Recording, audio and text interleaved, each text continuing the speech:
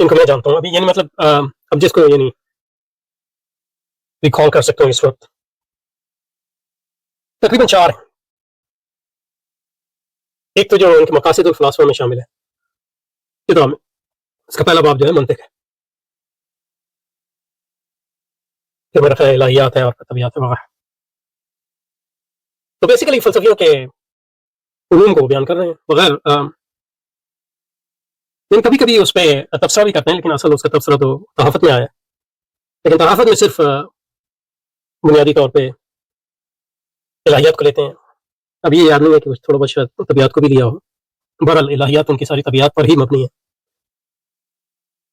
तो मकासद में जो है मंतिक है, और मंतिक जो है यूनानी फलसफे के उलूम में से एक इल्म है। दूसरी किताब जो है वो मेयारुल इल्म है, जिसका ये तफसीली बात कर रहे हैं कि मेयारुल इल्म।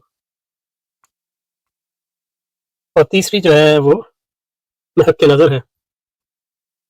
और चौथी जो है मंतिक पर आपकी किताब है जो अल-मुस्तस्फा का क्या कहते हैं, आपकी जो उसूल फ़िक़्ह पे जो आपकी किताब है मुस्तस्फा, उसका मुकदमा है।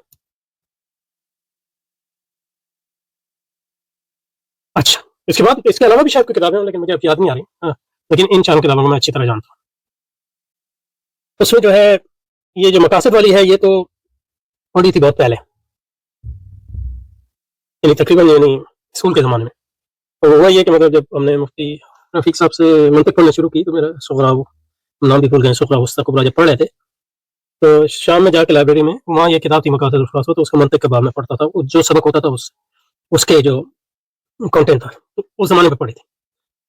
उसके बाद अल-मुस्तस्फा की जो किताब है मंतिक की, वो सबकन पढ़ी है, यानी दर्शन कई दर्शन पढ़ी है तकरीबन पूरी, और फिर उस पर यानी काम भी किया थोड़ा बहुत, यानी उसको बार बार कंसल्ट किया। मेयारुल इल्म और महक नज़र यानी पढ़ी नहीं है ना, उसका दर्स लिया है, लेकिन ये कि उससे कंसल्ट किया, तो गाहे उसको कंसल्ट कर। अच्छा, इन 4 किताबों का मैंने कभी मवाज़ना नहीं किया, लेकिन ये और मंतिक जैसे अल-मुस्तस्फा में जो मंतिक है, अल-मुस्तस्फा मेरे सामने पड़ी हुई है इस वक्त, ये 2 जिल्दों में है। तो इसके सफ़ा तकरीबन छोटे-छोटे उसका है सफ़ा, सफ़ा 1 मिनट, तकरीबन ये सफ़ा 21 से 58 तक है। और उसके शुरू में जो है अल्लामा मौलाना इमाम गज़ाली लिखते हैं कि नज़्कुरु फ़ी हाज़िल मुक़द्दमा मदारिकुल उक़ूल व इन्सारा फ़िल हद्द वल बुरहान व नज़्कुरु शर्तल हद्दिल हक़ीक़ी व शर्तल बुरहानिल हक़ीक़ी व अक़सामहुमा अला मिनहाज औजज़ मिम्मा ज़करनाहु फ़ी किताब महक नज़र व किताब मेयारुल इल्म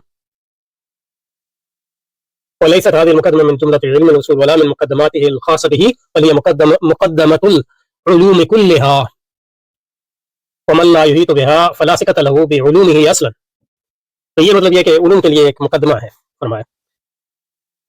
तो वह खुद जिक्र करते हैं कि वो जो है इख्तिसार है महक नज़र का और मेयारुल इल्म का। लेकिन जब भी मैंने महक नज़र और मेयारुल इल्म को, कि वो इससे तो बड़ी किताब है यानी मुकदमे से, लेकिन ये कि बाज़ औक़ात जो है ये अल-मुस्तस्फा वाले मुकदमे में ज़्यादा तफ़सील से बात होती है वगैरह। तो कितना इख्तिसार है और कितना वो है, क्योंकि इमाम गज़ाली को जो है खूज़े में दरिया बंद करने का फ़न भी आता है।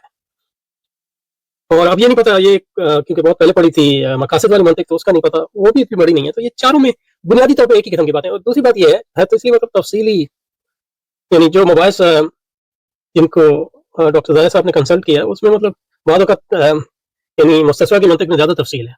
तो इसलिए मुतलक़न जो है ये नहीं कह सकते कि मेयारुल इल्म जो है